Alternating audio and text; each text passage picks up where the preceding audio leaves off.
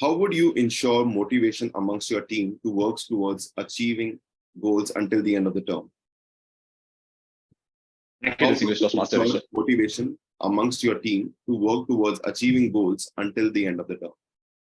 Yeah, thank you. So when we have a team, we have a common goal to work towards. So it would be my first prime responsibility to ensure everyone in the team is aligned towards that goal. And secondly, everyone is part of the team to also learn something out of it.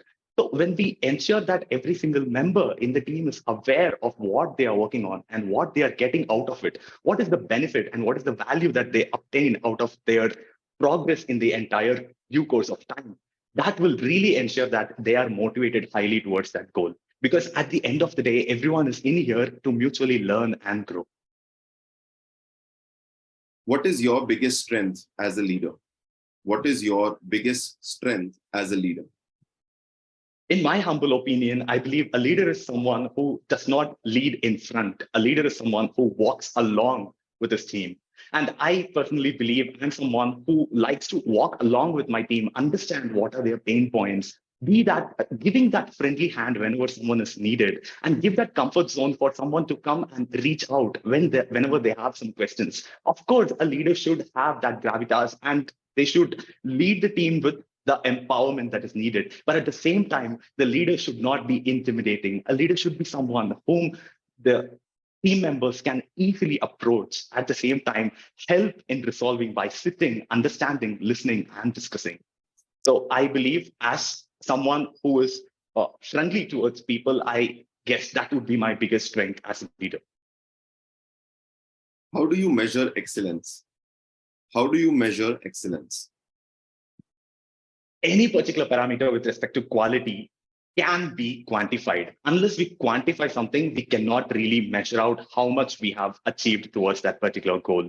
When we talk about excellence, it differs from context to context. For example, if we take excellence with respect to club, the very good set of framework that Toastmasters International has put together is the DCP, the Distinguished Club Program. So that clearly defines what are all the metrics that a club has to take care of in order to achieve that recognition of distinguished club. So same way, if we understand what a particular role, for example, an area director or a division director, in that case, if I set up a goal for me during the beginning of the year, which is very much quantified, I would really say that would set up the level of excellence there. So a quantified goal, which really focuses on what is the end need and the end goal, will ensure that excellence can be measured.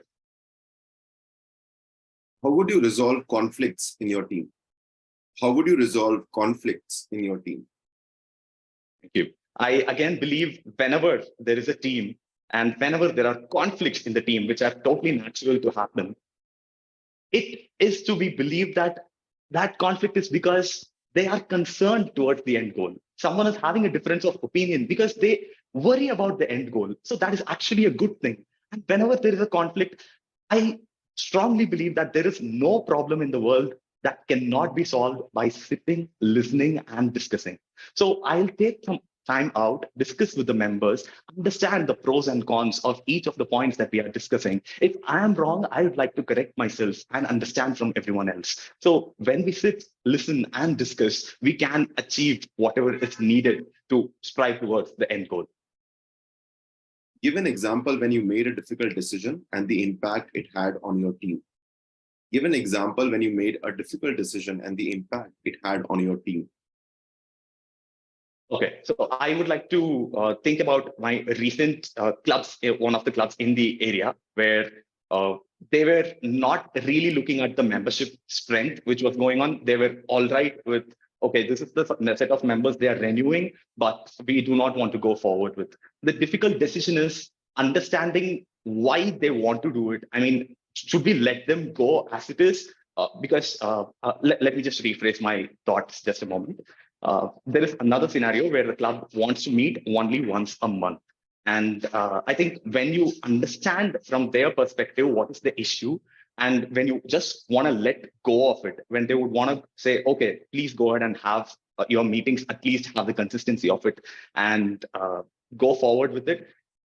we would need to take those difficult decisions at times. And at the end of the day, we would need to see whether the club is going to survive or not. If the club is not going to survive, and when we have all the resources and support system in place, and still the club is not going forward, we would need to take that difficult decision. And I'd like to make my closing remarks at this time.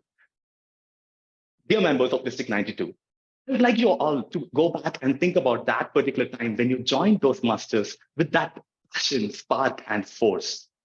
Think about that made you become a member.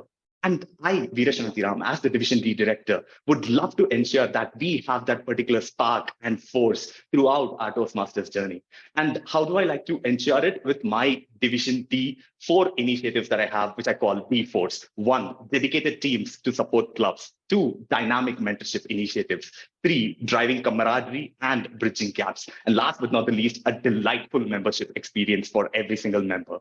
And in order to help me realize this goal, I would like to reach out to you for giving me the opportunity to serve District 92 and serve you, the members. So please do vote for me, Veera Shantiram, as the Division D director.